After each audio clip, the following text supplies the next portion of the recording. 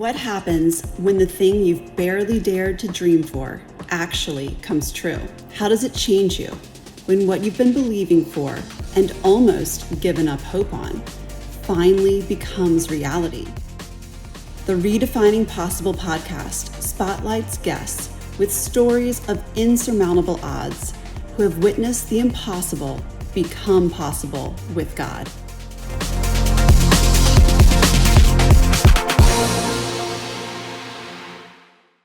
Welcome to Redefining Possible. I'm your host, Peyton Hoffman, and with me today is Suzanne Watson, wife, mother of three, former events and film producer, and passionate ultra runner.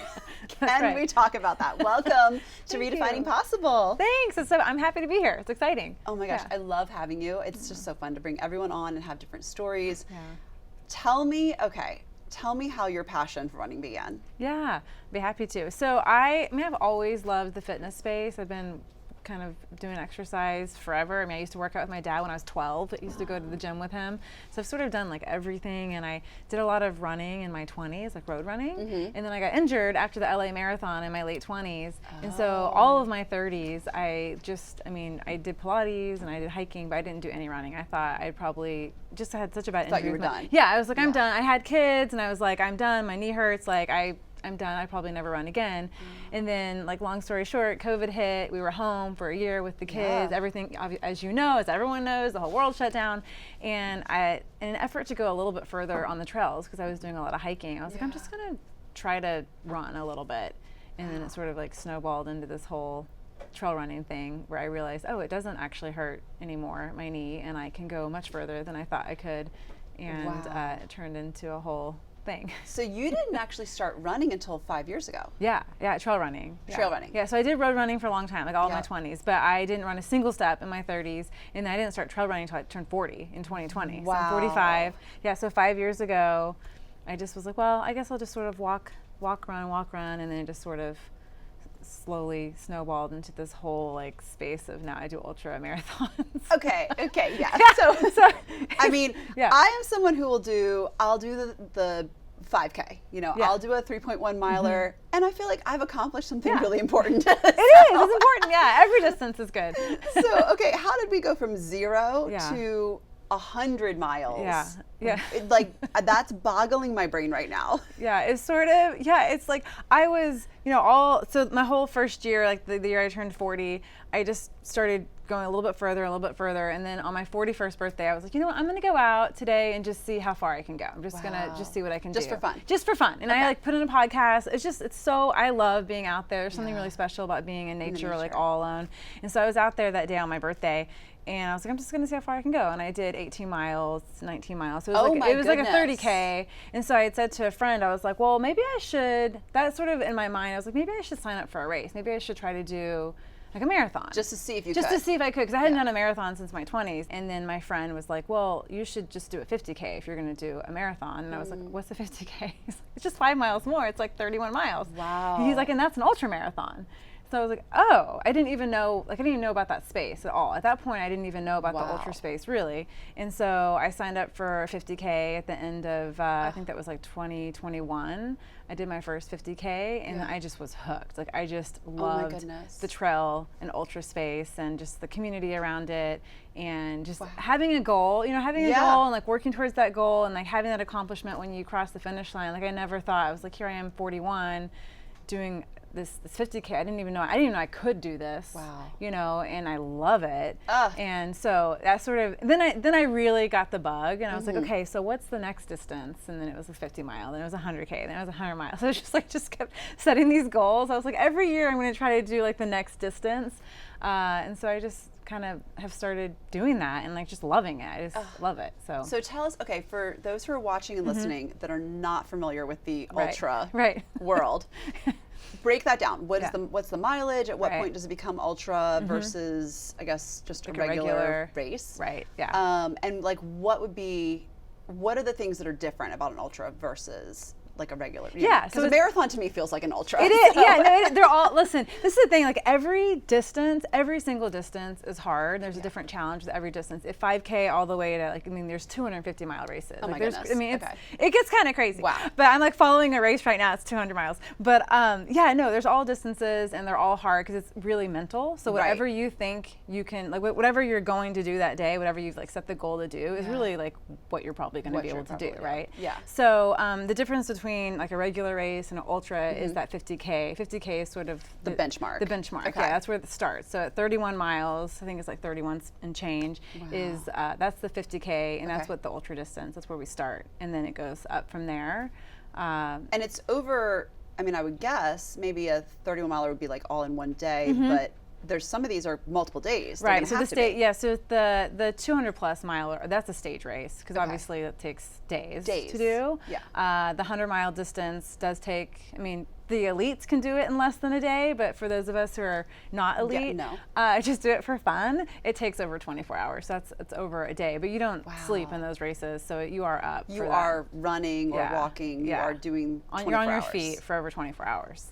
Wow. Going. Yeah. Okay, so we're gonna come back to that. You're like, hold on, wait a second. This doesn't make any sense. We're gonna come back to that, and just the training. I mean, I would assume the mental preparation, the just spiritual preparation, the emotional preparation, the physical preparation that's needed to do anything on your feet for 24 hours has got to, I mean, that's months of preparation. Yeah. So maybe walk us through like maybe your very first, like 50K. Yeah. What was that experience like? Oh yeah, that one, I mean, probably that's going to be, I mean, every race is special, but I'll always remember that one because that was my very first one, you know?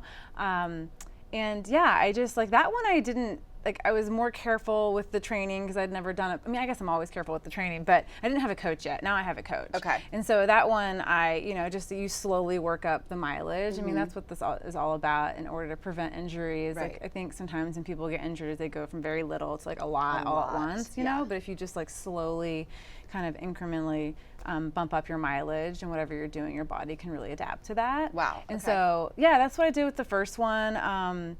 And, you know, it was a cool experience. Again, like I just didn't. And you felt good. Yeah, I felt really great. You were fine. Yeah, I felt great. Like I worked really hard towards it, and then like the race itself was fun. It was a great day out there. It was in Agora. The first one I did was in Agora. I think it was in December of 21.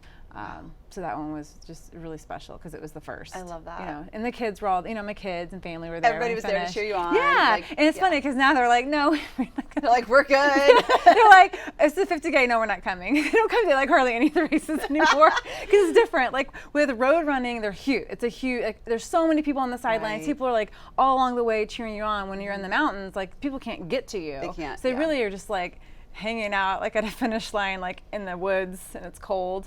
Wow. So just like a totally different vibe, but it's great. It's like, I mean, I love it. So let's talk about the 100 miles that you just did, which again, I just can't even believe I'm saying that out loud. Yeah.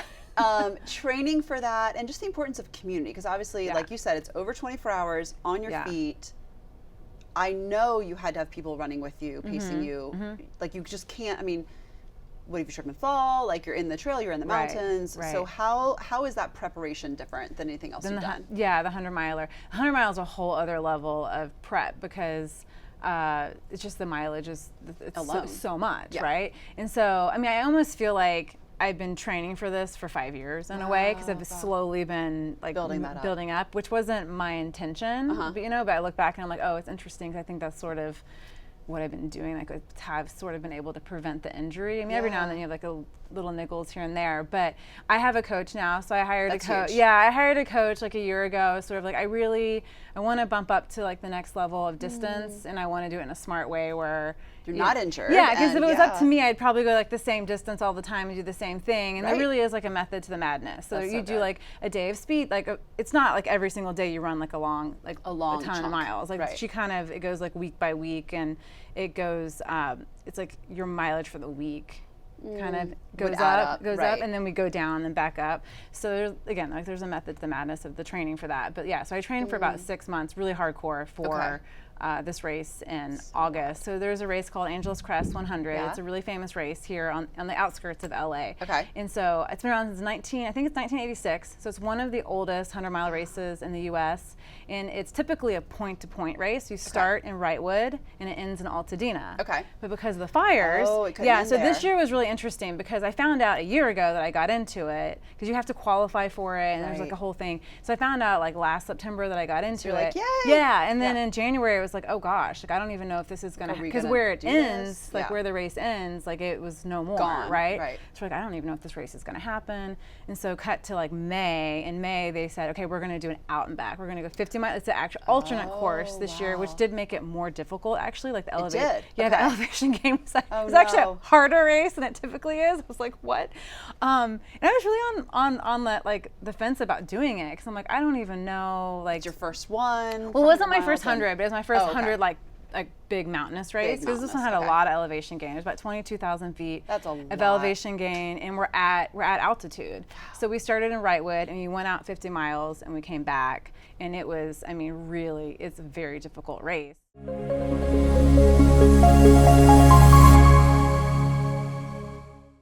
Started in Wrightwood and we went out 50 miles and we came back, and it was, I mean, really, it's a very difficult race. But I knew that if I was going to do this race, like I needed to have a coach and have a training plan. And one of the reasons, like when you do these ultras, people are always like, well, what's your why? Like you have to have a why, because when you're out there, you're for sure going to want to quit. Like at some point during the race, multiple times, you're going to be like, I quit. This is dumb. Why am I even doing this? But you have to have your why of like, okay, I'm doing this because of whatever, right? And for this race, there was like multiple reasons I wanted to do it, but I knew a handful of women doing this race who I really respected, who are just like, they're like total badasses. They're like amazing. I'm like, I want to be out there with them doing this. You know, I don't know them that well, but well enough to be like, I know I'll have training partners because I need to go out to the San Gabriels and train for this.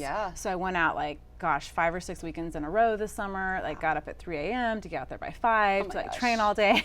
And so it was just a whole huge, I mean, block of training where I gained all this community that I didn't have before. But it was really cool because then when we were during the race, it's like we were all kind of cheering each other on. Well, and it sounds like there's a lot of respect in that community. Yeah. You know, that they had a lot of respect for you. You obviously had a lot of respect for them. Yeah.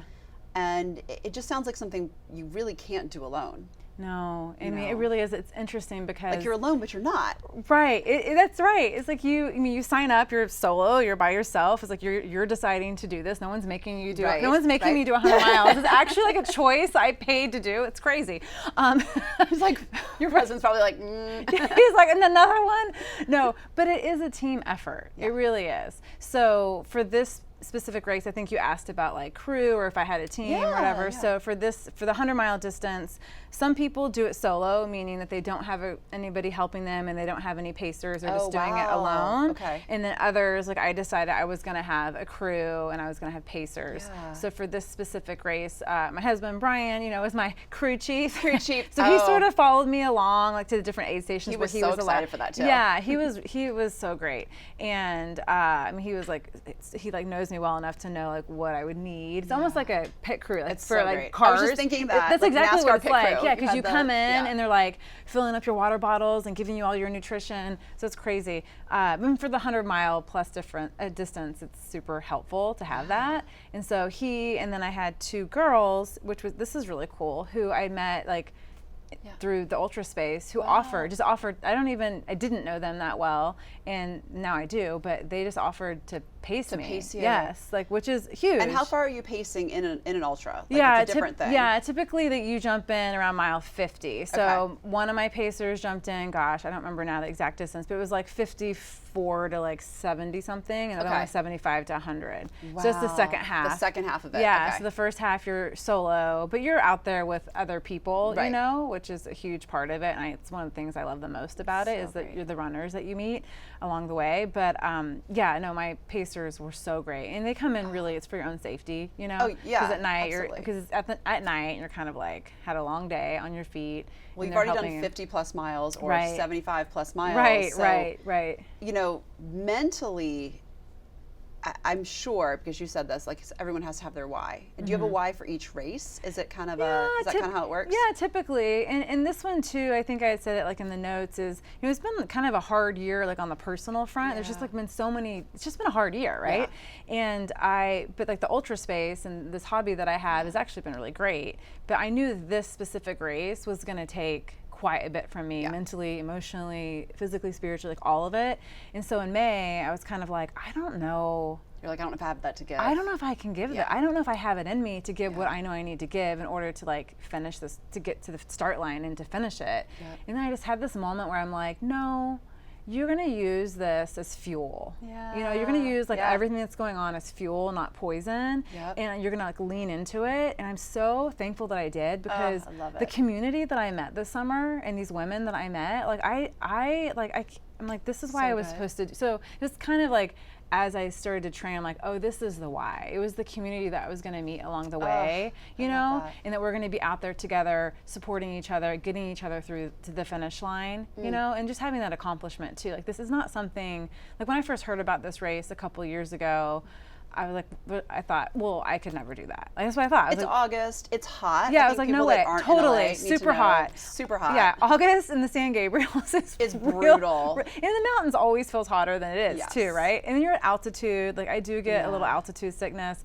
People were pretty sick out there that day. Really? I mean, there was a lot of like. And you're not taking altitude meds. Like, we just need to like. No, you're not taking just additional like, things. I got super nauseous, like mile 36, like on. I was like nauseous, but you just. Yeah, I don't know. I just felt like I got to do this race. I have to give it a shot to see if I can. Yep. And then when you finish it, you're like, wow, I actually, oh my gosh, I actually did that. I'm like, I did it. I did it. But, it took a lot of work and showing up. But again, like just the people that I met along the way. I mean, there's this moment where this summer I was out training with one of my new friends, and she's a cancer survivor. So she had cancer in 2022. Wow. And as a cancer survivor, breast cancer, and her why was like, I mean, I'm doing this like to be the healthiest. This is the healthiest I've been, ever, and to do this thing and these mountains I love. And so we were kind of sharing each other's why. Like we were like running, and we were talking, and I was like sharing some things with her that I hadn't shared with anybody.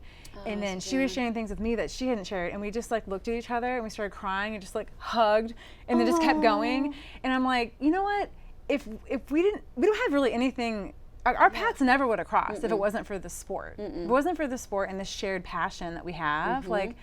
Our paths would never have crossed, and it's just, I'm so thankful for people like that. And I love the timing of that too, just that was meant to happen this summer versus last year or the year before or the year before. It just, for both of you, I think that's so amazing. And you touched earlier on just the importance of nature and how, I think you've talked to me before about how nature kind of just really, you feel connected with the Lord. Totally. Unpack a little bit of that for me, just for folks that are watching. Yeah, there's something, oh my gosh, there's something so special about being alone in nature, and people ask me a lot, like, are you afraid? Do you get scared to be out there alone?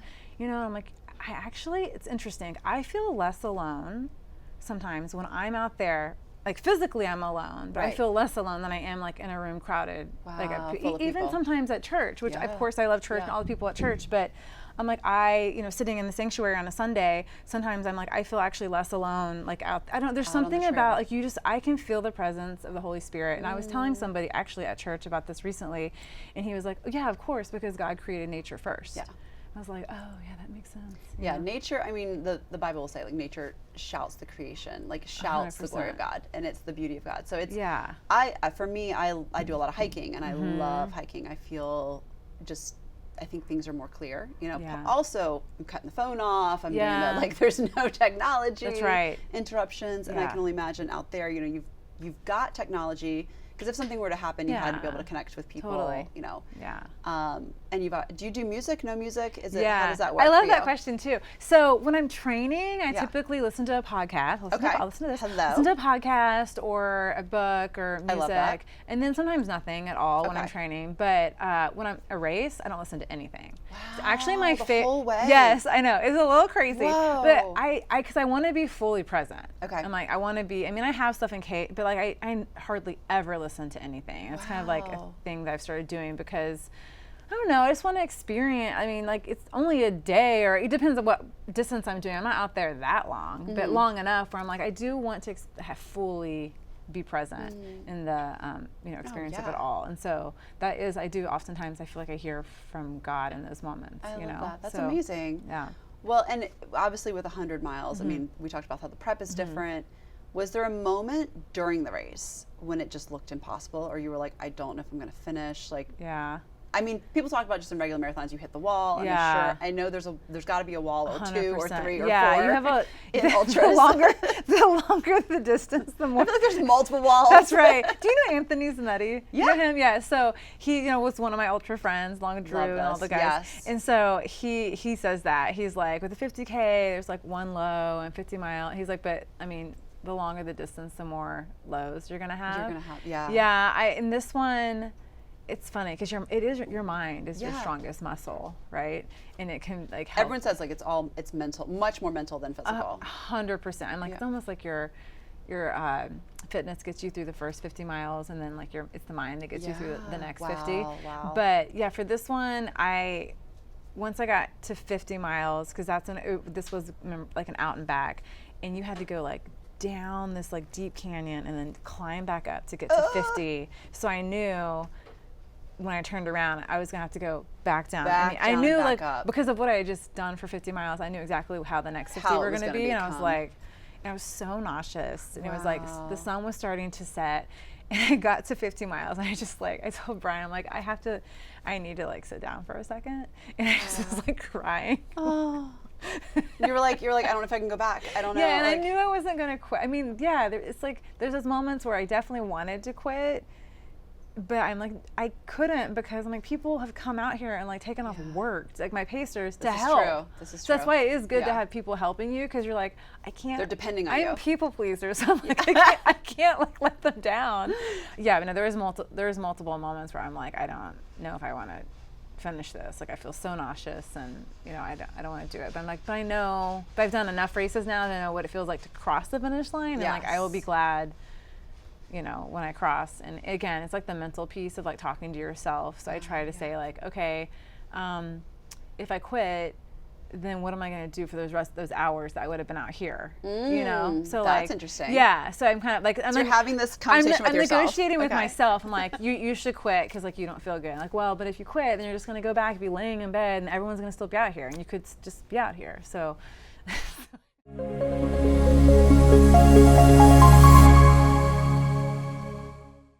You're just going to go back and be laying in bed, and everyone's going to still be out here, and you could just be out here. So. Well, and I love that you had pacers at like mile 54. So when you came up down and up the canyon, and you knew you were going back, it was like, okay, let's take a minute, let's have a cry, because this is so hard. And that's a very real thing. That is. I applaud that. I'm like, yes, please, let's have a cry. Let's talk about how hard this is. Multiple times. And then we get back up and we keep going. And I just think the perseverance, I'm going to have to just commend that, because there are people who would get there and just be like, psychologically, emotionally, physically, it's just too much. Yeah. And you were like, okay, I'm going to finish, but I need to take a minute to just feel this. Gotta like, I did that. I think so. It was mile 50, and it was the middle of the night. The second time I sat down and cried for a bit, but I don't remember. I was like mile probably 70 or something, or 60 something. And I just remember like sitting, there was like chairs, and then there was an aid station. I mean, it was the middle of the night, like in the mountains. And it was so cold. And I just like sat there and just like cried for a few minutes, and like nobody even talked to me, because they're just used to people doing that. This happens a lot. Okay, so this is the thing. But I also was like, I'm not gonna quit. But I just, and then you're just like, I just need a minute. Yeah. Yeah. And that's how it is in real life too, it's true. Right? It's so true. Like this sport for me has just paralleled like life, right? Like it helps me. I feel like it's helped me with just different scenarios, in adulthood that you go through, and just in life that I'm like, oh my gosh, I want to quit or whatever. I'm like, no, you can do this. Remember, like you're stronger than you think you are. So that was gonna be one of my questions for you. So I love that you go right into that. So How has this redefined what's possible for your life, for you? Yeah. I mean, you never saw this coming. No. You were not trying to do marathon races. Like, this was never on the vision board. This was never. That's right. When I didn't, in your 20s, you do like a vision board. Yeah. I did not have mountains and running. I did not have that on the bingo there. card No. at like 100 miles. No. No. Not at all. I think, it's like, God puts different things in your life at different times for different reasons, and I think it's like being like open to what doors are open for you, right? Yeah. And following that curiosity, right? So it was like years ago, I was in this small group with Drew and Erica. We had a couple small groups. Okay. And then back then, they knew I was like hiking. I was hiking a lot and like doing Pilates and stuff in the 30s. Yep. And that's when I always hit the same trail like every single day. I was just a creature of habit, right? It's like safety. Like this was safe, and I was a creature of habit. Yep. And then Drew was like, "You should go the other way. Like you should go the other way." So same trail, but go reverse. No, there was like parking lot. Fork in the road. There was like a parking lot, and then like one trail went this way, and then there was another trail that went this way. Oh. But the other trail, there was a bunch of other trails off of that trail, but I didn't know because I'd been too scared to go up that way. Yeah.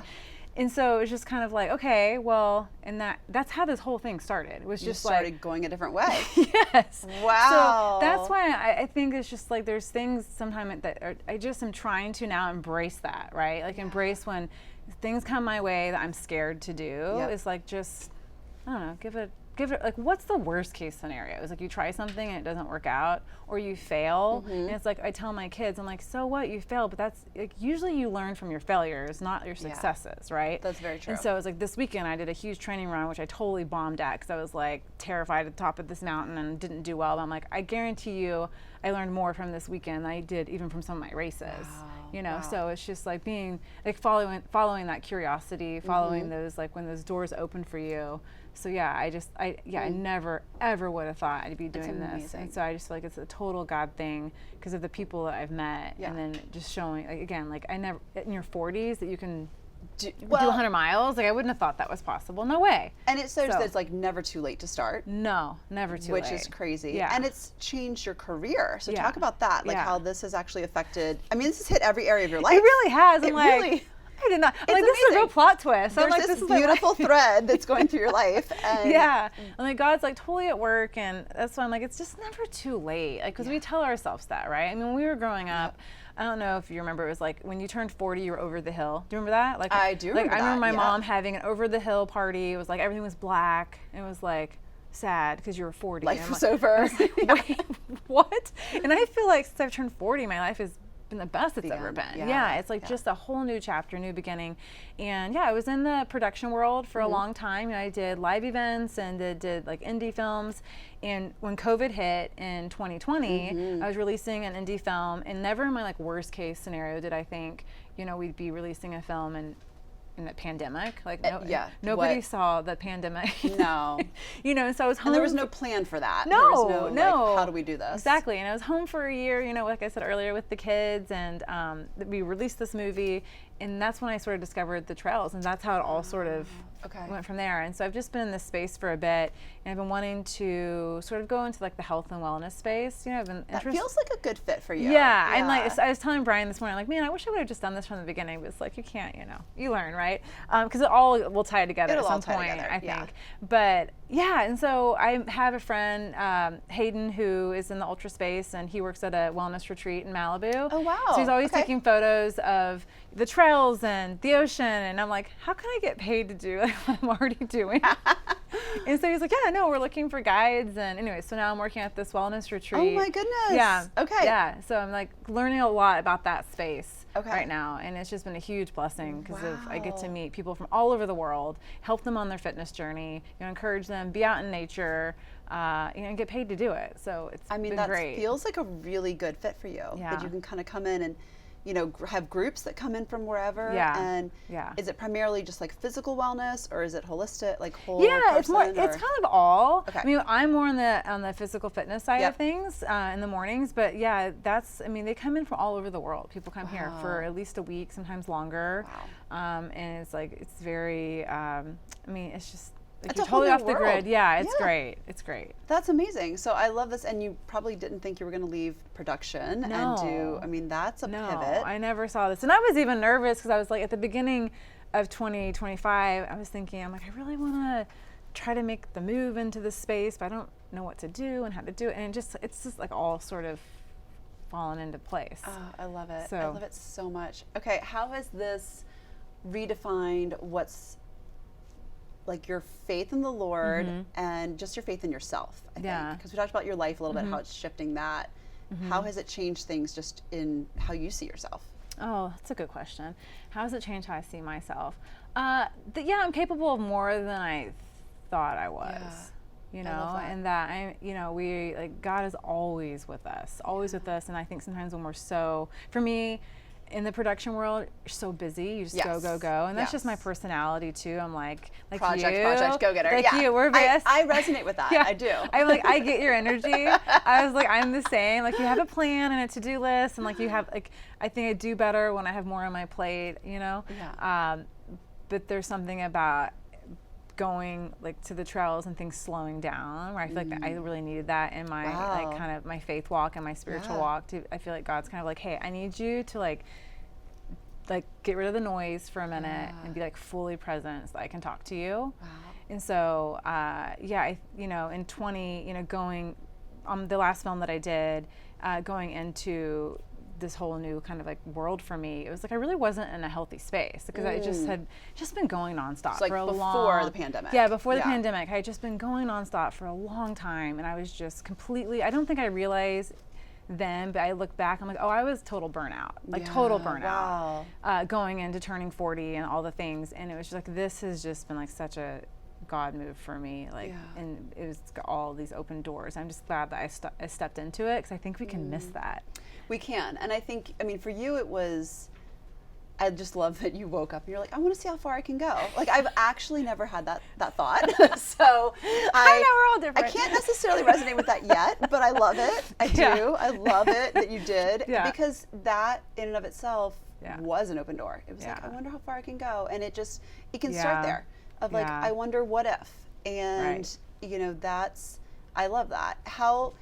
Has it changed anything? I mean, obviously the dynamics in your family, like they're now involved in the races. Brian is pit crew chief on the races. That's right. Thank goodness he's super organized as well, and can be on top of that. I mean, how has it redefined just things in your family? Because this is the whole family getting on board with this too. It's not that is just true. You. Yeah, and they are a little bit old, like when they're now in their teens. Right. So like I think maybe they're not if they were little. Yeah, if they were little, I don't know if I would have been able to do this as much. It all kind of was a timing thing. They're supportive, and I wasn't sure it was really making a difference because teens are kind of like.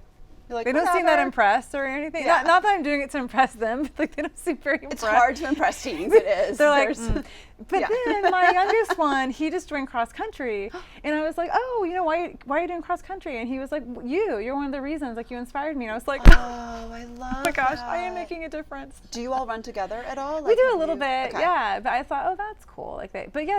They're super supportive, and I think it's important. Sometimes as a mom, you can sort of put your life on hold, and everything is about taking care of everybody else, which is important to take care of everyone, but you have to have your own identity too. Yes. And that's been a big part of this, is that at some point, not too long from now, they're all going to go on and do their own thing, and they're going to go off and fly, and I need to have things of my own, and so that's been part of this too. But yeah, they're super supportive. It's almost like preparation for that a little bit. Yeah. For that when that leaving the nest stage happens. Totally.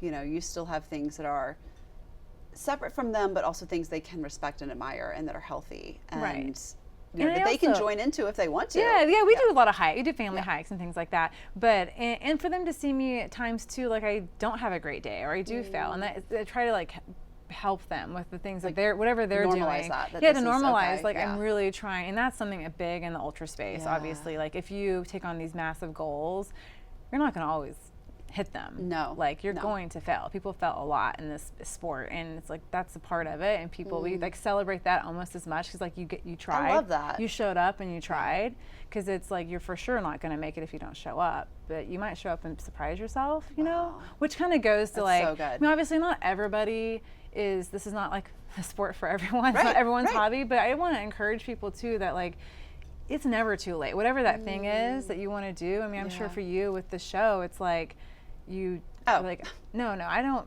Why would I don't know how to do this? I don't want to do. And then it's like, you're doing it, right? Aren't you so glad you're doing it? So it's like, just kind of taking that leap. Yeah, I mean, I would say for me, it's been that way in starting my first business and doing the show. I mean, there's so many things that I can look at, and I just was like, starting my business, I prayed for the whole first year, and was like, okay, am I still doing this? Are we still doing this? And, about 11 months in, I just, in my prayer time, kind of just felt in my spirit, the Lord being like, you're doing it. Like, we've been doing this. You don't have to keep asking me. Like, we're doing it. I'll tell you when we're going to do something different. Like, we just keep going, just keep doing it. And you hit on something just in our notes earlier about, possibility begins when logic ends. So let's unpack that. I love that quote so much. Yeah. I've never heard it, and I love it. And so unpack that for me. Well, I mean, like, logically, why would you ever do 100 miles? Thank you. That is where I'm coming from on that. Yeah. Yes. So logically, like, I mean, again, I remember like Anthony, he's the only person I ever knew, Smetty, like from church. Like, years ago, I remember hearing about this guy who ran 100 miles. And I was like, well, obviously something's wrong with him. Like, that's like super weird. Like, why would you ever do that? And it's not even possible. Like, it's not possible. I was like, I don't know what the deal is. And I'm like, oh my gosh, like, this is a massive plot twist. Like, I didn't see this coming. But yeah, so I just, sometimes you have to throw away logic. Like, if there's something that's put on your heart, like, and I think what you just said a second, like, God kept telling you, like, we're doing it. Right. It's good. Like, I'll tell you when we're doing something different. Right. Yeah. When there's something that keeps coming into my mind that, like, I'm like, no, but then it keeps coming back, and I'm like, okay, hold on, I got to pay attention to that. Yeah. That logically, I don't know how that's going to work out. But then I just go for it. I love it. So that's what I've been trying to do that. How has that stretched into other areas of your life? I mean, obviously with 100 miles or ultra, if you're me, and you're looking at it going, how do we do this? But so the logic, you throw logic out the window and just, see what's possible. Yeah, and it's one step at a time. Because sometimes like people like you and I, we see, oh my gosh, like all the things that need to happen to get to like Z, right? But it's like, just take the leap of faith.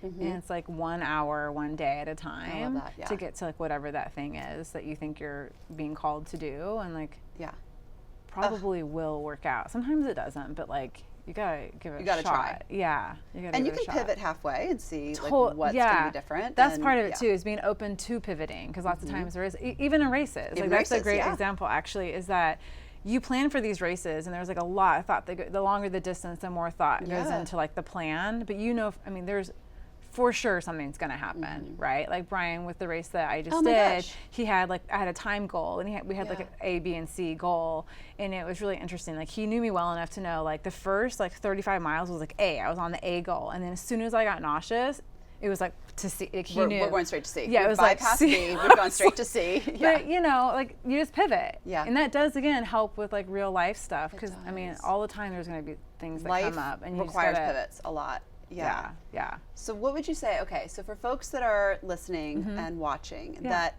maybe it's ultra running, maybe it is something else, but something that just looks impossible. Right. What advice would you give that you can take from your running experience and also just applying that to life? Like, what would you say for them? Yeah.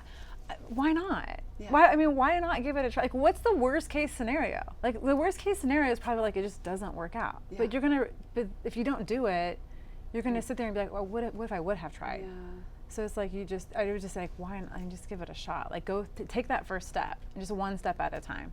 I love that. Are there any mindsets that you had of yourself that have shifted? I mean, other than, like you said, I'm capable of more, I'm stronger than I thought. Yeah. Is there anything else kind of in that area of like mindsets that this has either just completely broken off or shifted about kind of? I'm trying to either as a mother, as a wife. It doesn't just have to be like as a runner, but trying to put myself in uncomfortable like things that make me feel uncomfortable or that make me like really nervous and anxious. Like I'm trying to do it. Like lean into it. Yeah, I'm trying to lean into it. Things that I'm like, no, I don't want to do that. That makes me scared. Or no. I'm like, no, I'm doing it. Like even this is like really embarrassing.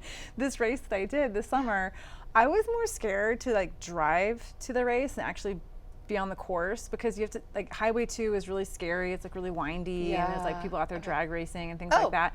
So I was like scared to drive. Of the drive. Yeah, of the drive. Yeah. Wow. Which is so embarrassing to admit. But I was like, no, I'm gonna just keep doing this like by myself every single time, because I need to get out there. I need to train and like just like even the drive, just making myself do things. But that, you like, kept leaning in. So you're leaning into discomfort. I'm really leaning into discomfort. I love that. Do you know what? I have a few friends of mine that are including myself. I've been doing it. I mean, there's a few of us that are just in that right now, where it's like, we're leaning into discomfort, leaning into things that seem scary or intimidating in any way. And it's like, no, that's the thing that we're going to go after, and we're going to tackle it. And I love that. That's what I mean, leaning into discomfort. I mean, even like, it goes into my just regular life of like difficult conversations. Completely. Where I feel like I've been someone in the past, so I'm like, oh, I don't like, people pleaser. People pleaser. I just want everyone to like me, so I'll just sort of, I'm like, no, like the older I get, the more I'm like, it's okay. Sometimes you have to live in the tension and have some uncomfortable conversations with people that you care about to kind of like, if you want to keep being in a relationship together and like, you know, being in community together. So I feel like it's bled sort of into other areas of my life, leaning into that discomfort, you know? And that's huge. That's a big one. That's huge. Yeah. And you can still love each other and disagree. Totally. And so I think that's a piece of it too, of being like, hey, we can still be in community. We can still love each other, and I can still speak up for whatever it is that's uncomfortable. Right. Yeah. You know? And that's part of being in community. 100%. Is being able to do that. Right. You know, and being able to say, now what do you hope your kids take away from this? Like watching you do this. Yeah. What would you hope that they like take with them as they go to college, as they get older? Yeah, that sort of what I've been saying is like, I hope that they like follow their curiosity and they're brave and they do things that they don't think they can do. I hope that they like just go for it, like whatever it is, like whatever it is that they're interested in, that they care about, or that's, you know, something you think you can't achieve. Like I want them to give it a shot, but also to not be afraid to fail, because like it all depends on your personality type. Like one of my kids is like very type A, and like if it's not perfect or whatever, and I'm like, no, it's okay. Like you did your. I tried it with the kids. I'm like, did you do your best? Yeah. Like if you do, everything is just like, did you try your hardest? Did you give your best? And then that's good enough. That's enough. You know? Yeah. And so I just like really want them to just try and their that's kind hardest. of all you can ask too. It's like, did you try your best? Okay, great. You know, we're there. Then you did the best you could do. Totally. So, oh my gosh, I love that so much. And then for you, what's next for you? I mean, what are you like? Are we gonna keep doing? I mean, we're gonna keep doing ultras. Yeah. I know you love it. You're passionate about it. I do. Is there, you know, another thing that might be on the horizon that's, I don't know, coming, or that you're thinking about, or? You know, as we end this year, I mean, I have like a little race I'm doing at the end of this year. Wait, define little, because that's, your little and my little are not the same. So you're right. That's true. I shouldn't say little. Let's define that for the audience. Okay, that is true. Sorry.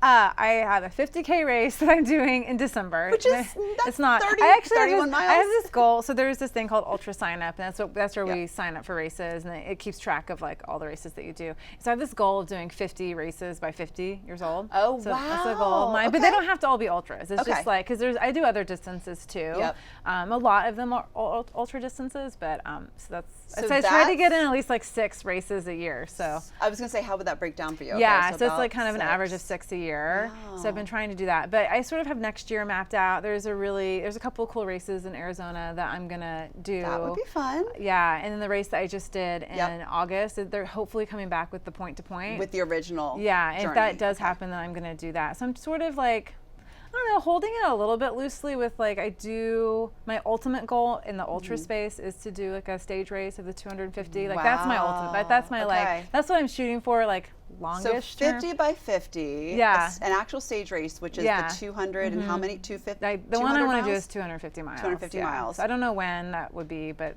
And that's multiple, that's what, 4 days? How many days is that? 4 to 5 days. 4 to that 5 would days. take, because that's like 50 miles a day probably, something like that. And you for sure have to have people with you. Yes, and you sleep. And so that one I haven't like wrapped my head around how that works logistically, but I know people who've done it. So I'm like, so it's possible. That's the thing that's cool too, when you're in the space. Like I see people doing this who, they're like normal people. Like when you go to these start lines, like my best friend from college came to my first 100 miler, and she was like, her mind was blown because she could not believe, when you like see some of these people, you would never believe they could do this. And it's like yeah, no, it's because it's so mental.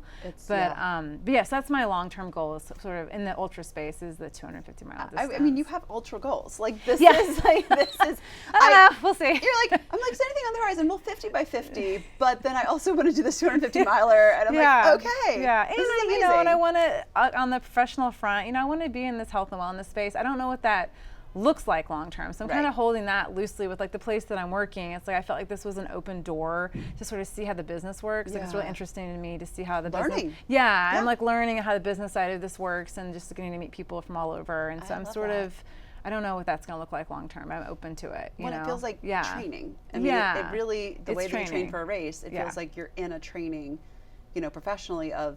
Just it's a whole new world. Kind of like when you first started doing these races. It's like, oh, it was a whole new world. There's so much you didn't know. Right. So and I feel like I'm asking God. I'm like, God, like what it's like I'm too close right now, so I can't see. But I feel like if I eventually, I'm sure I'm gonna be like, oh, he had a whole plan. And I just want to walk alongside people and encourage them, because like I said, especially like in the health space, it's like we're capable of so much more. It's about longevity. Like the older we get, it's about feeling really good. For as long as you can, and it's just perseverance. I mean, I love your story. Such a beautiful story of perseverance. Of you know, never just changing belief in yourself and everything that's around you, and just saying like, what if? You know, why not? Why not give it a shot? And I love that. Oh my gosh! Thank you so much for being here today. Thanks for having me. Loved this was fun. You. Yeah. Thank you again for joining us on this episode of Redefining Possible. I'm your host, Peyton Hoffman, and we'll see you next time.